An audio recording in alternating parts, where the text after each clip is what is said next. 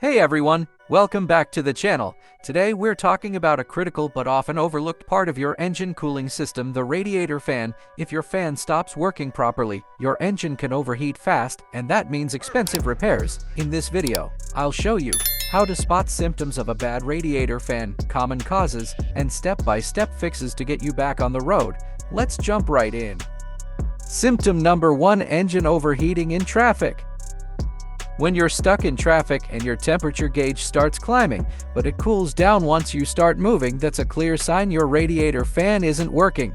The fan's job is to pull air through the radiator when your car isn't moving.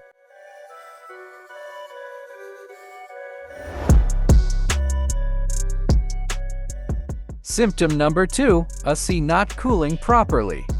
If your air conditioner blows warm air at stoplights but cools off while driving, the cooling fan might not be running when it should. Modern cars often use the same fan to help the A or C condenser. Symptom number 3: fan doesn't spin at all. With the engine hot and running, the fan should kick on automatically. If it's not spinning or it's running very slowly, you've got an electrical or motor issue. Symptom number 4: loud fan noise or constant running. If your fan sounds like a jet engine or runs constantly even when the engine is cold, your fan clutch or temperature sensor might be stuck.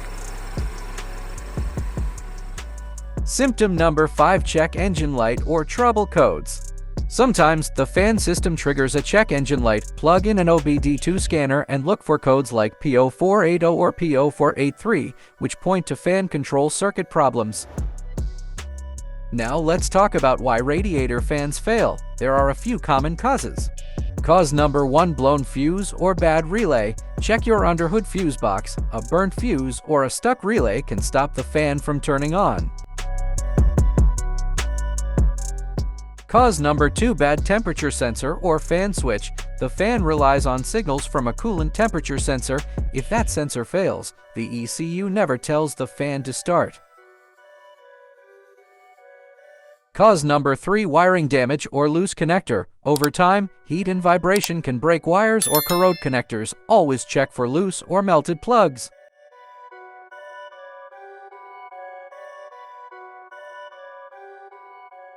Cause number 4: faulty fan motor. If the fan motor itself burns out, it simply won't spin even if it gets power.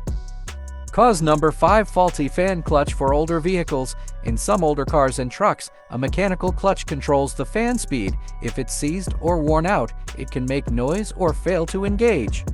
Here's how to test your radiator fan step by step. Step 1: check fuses and relays. Locate the fan fuse in your car's manual. Pull it out and check for continuity. Replace if blown. Step 2: test fan motor directly. Unplug the fan connector and run 12 volts directly from the battery to the fan motor. If it spins, the motor's good. If not, it's time for a replacement. Step 3: test the temperature sensor. Use a multimeter to check the resistance of your coolant temp sensor. If readings don't change as the engine warms up, replace it. Step 4: check for power at fan connector. With ignition on and the engine hot, test for voltage at the fan connector. If there's power but no spin, bad fan motor.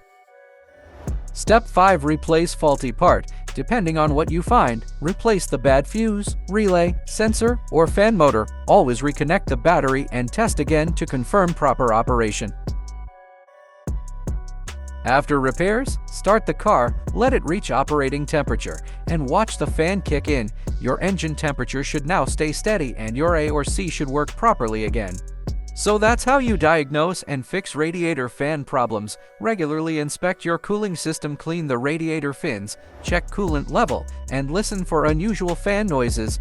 If you found this video helpful, give it a thumbs up, subscribe, and drop a comment below about your car's cooling issue. Thanks for watching and see you in the next one.